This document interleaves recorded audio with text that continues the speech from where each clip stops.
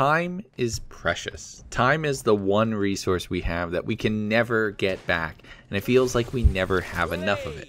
If you have to juggle between doing YouTube, a job, family life, hobbies, and keeping yourself some relevant of sane and well-rested, there is never enough time, especially not to just play a game. Sometimes you feel like you always need to be working and always creating. I did a video about that actually a little while ago.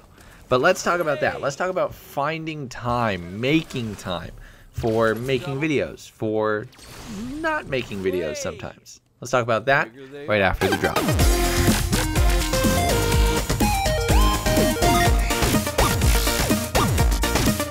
So what's up everybody? How's it going? Legundo here. You guys seem to like this sort of real talk, just chill, talk over a bunch of gameplay that's playing in the background, but not specifically about the gameplay that's playing in the background. Epos Vox said that this was kind of like an old school CNanners commentary, which holy hell, that is a heck of a compliment coming from him, because I know he gets a crazy excited sort of, I was going to say excitement boner, but I don't know where to say with that. So he gets excited as all hell over that old school style of commentary. One would say a classic, more iconic style of commentary, but let's not get into that one. Not for this video. Today we're talking about finding time and making time for yourself when you're a content creator, or actually just making time for yourself when you're a person. In today's world, it can always feel like you're pulled in 18 different directions. Twitter is a constant feed of either horrible news or just so-and-so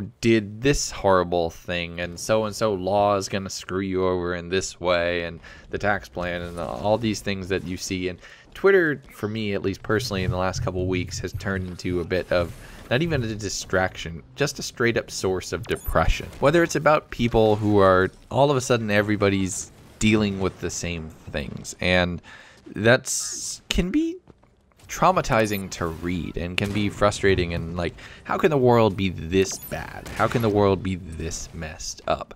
And how can things be going on in the world that just, it feels like things are reaching a boiling point and shit's just getting bad in a really weird, really unrecoverable way. I kind of made a joke when my family was over that when Hugh Hefner passed away, the weird force field he was projecting to prevent other old men from being creepy was somehow disappeared, and all of a sudden all of these allegations came out.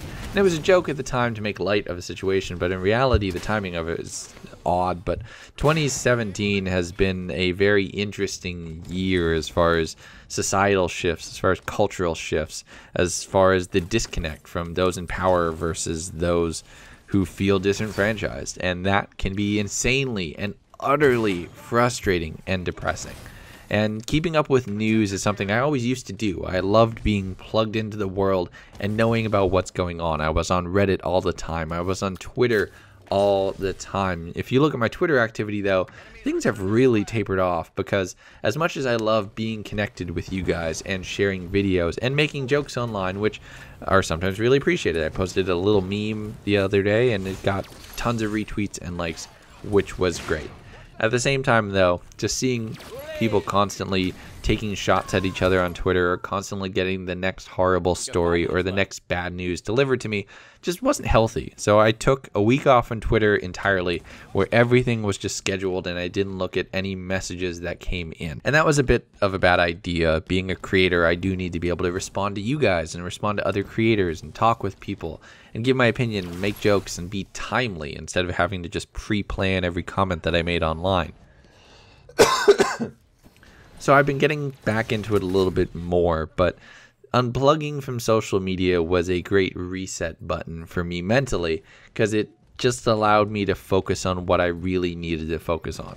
While 2017 might be a bit of a dumpster fire when it comes to the world as large, my personal experience in 2017 has been something that I wouldn't trade for the world, or wouldn't trade to be able to undo all of those other horrible things, as selfish as that may sound.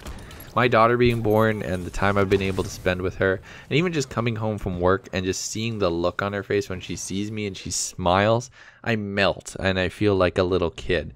I don't feel like this 30-year-old guy who's seen some shit, and I don't feel like I'm stressed out after work, all of a sudden the world is perfect, and all of a sudden everything is exactly how it should be. For those few moments, I am immensely happy, and I can't put it into words without gushing for another 15 minutes or so. But those moments, and the time I spend with Cynthia, and the time I spend with Selena, that is what I do everything else to enable. I work to make that happen, to be able to provide. I do YouTube as my own personal escape, even from the pressures of dadhood sometimes, which can be frustrating. As adorable as she is, when she cries, it just hurts my brain and it hurts my heart, and I want to be able to fix it, and I can't, because I know there's no rationale to it. It's just, she's crying because she's crying, and I can't help in all of the situations where she cries. And that can be very, very frustrating and very, very disheartening.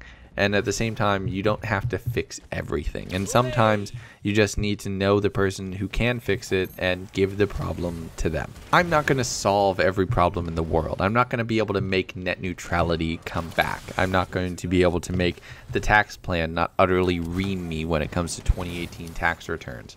I'm not going to be able to prevent earthquakes or stop floods or fires or train accidents.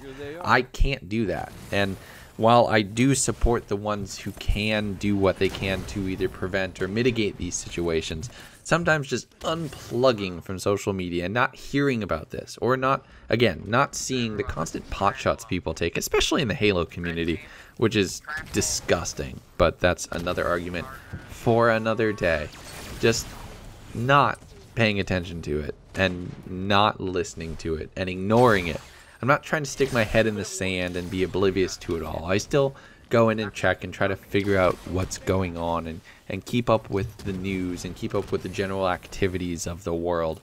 But I don't dwell on it and I don't focus on it. At least not now. I know I can't change it. Not now. Maybe one day I can. Legundo 2024. You never know.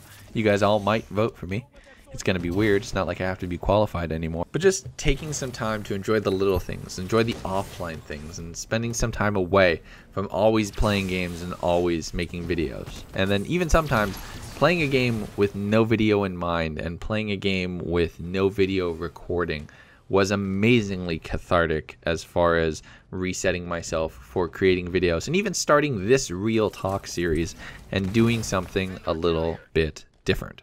Hopefully you guys have been enjoying this. It's been sort of therapeutic for me. I really hope you guys enjoy this, because I want to be able to keep doing this. This is just sort of resetting my thoughts, resetting my brain, and gearing up for 2018, where we hope to do so much on the channel. I hope to accomplish so much personally, professionally, and here on YouTube as well. It's just, it can be overwhelming at times, and sometimes being able to just sit here and talk, even though I know you're not hearing it at the time that I'm saying it, but I know that you're hearing it eventually, and having that conversation, being able to put that out there, is amazingly supportive. This time of year, the holiday season, can be very hard on people who don't have their life in order, and can be very hard on people who don't have everything figured out, or who feel like the world just isn't in the right place, or they're not in the right place. So keeping a very close and reliable inner circle of people is immensely important, and keeping your friends and your loved ones close and keeping in contact with them is super important. And I do that as much as I can on and offline, but at the same time knowing that I can put something like this out there and it reaches people. And while I might not be having the best day, I might not be having the best year, I know that just by connecting with you guys, hopefully I make your day just a little bit better. And that's always a reason to continue moving forward. And that's always a reason to continue working at what we're doing here. It might not be for everybody. You might not agree with me. You might disagree with me outright. But just at the end of the day, try to be decent and try to be there for the people who need you.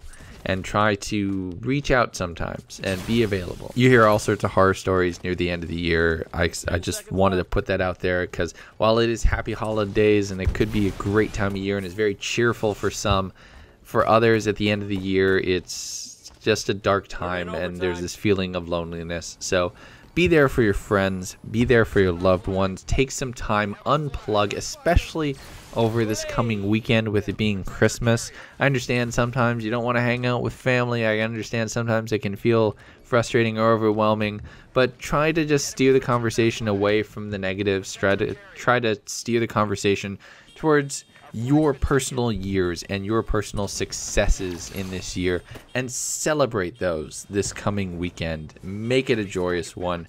Make it a happy one. Just make it good. And that's a great way to end 2017, and that's how I think we should just close this video too. So go out there, be good to each other. Let me know what you think. Let me know if this video helped at all. Let me know if you know somebody who's been through a situation like this, if you've been through a situation like this. How did it help? Who was there for you, or who were you there for? Let me know down in the comments. And as always, you know what to do. Like it if you like it, dislike it if you hated it.